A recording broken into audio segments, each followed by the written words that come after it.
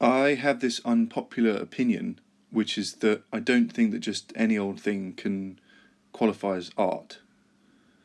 I think that for something to be art, it has to include something of imagination, technical ability, spirit, authenticity, effort, emotional investment, humanity, mystery.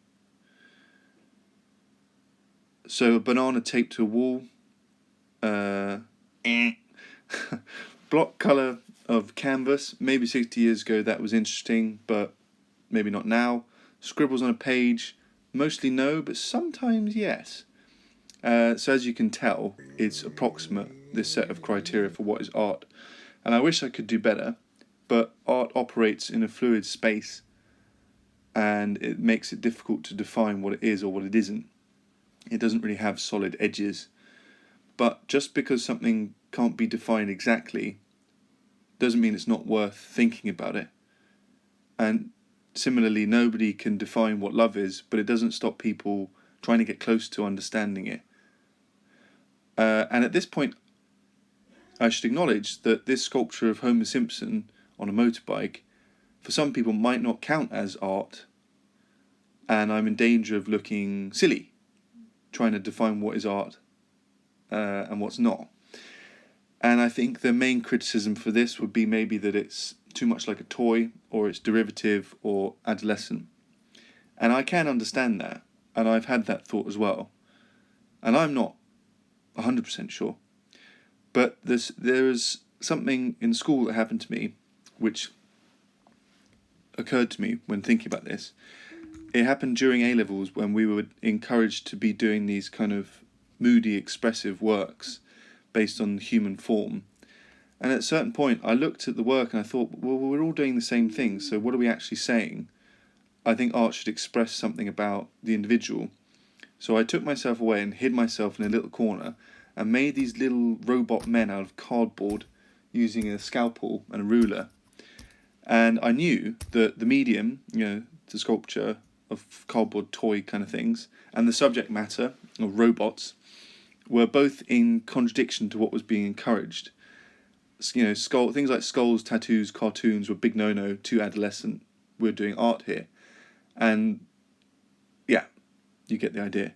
And the art teacher finally discovered what I'd been up to, and his name was Mr. Bateman, and he walked over to me, and I readied myself for ticking off and mucking about, and he asked me, what is this?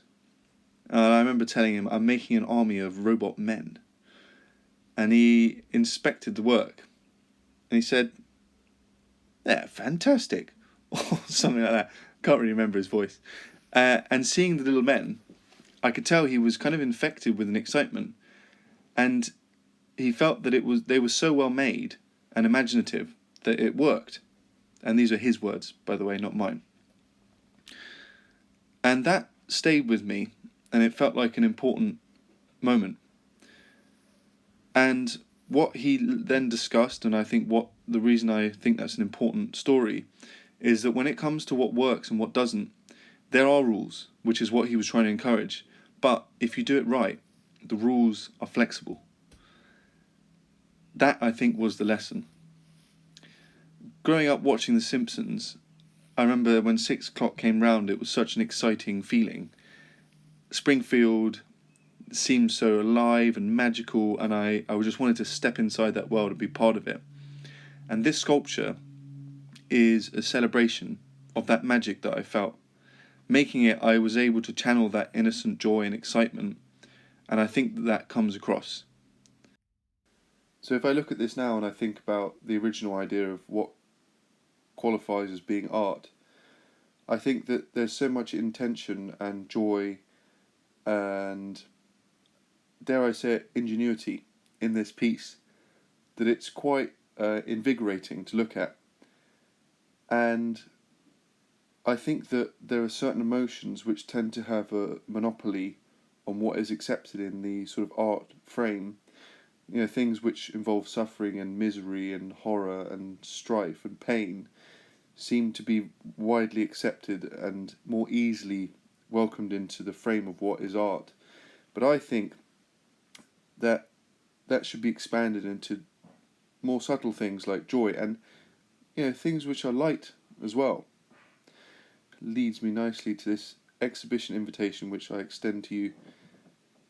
Details on the screen and on my website about my next show. This will be featured there. Come and see it in person. It would be great to have you there. Thank you for watching, and I'll see you next time.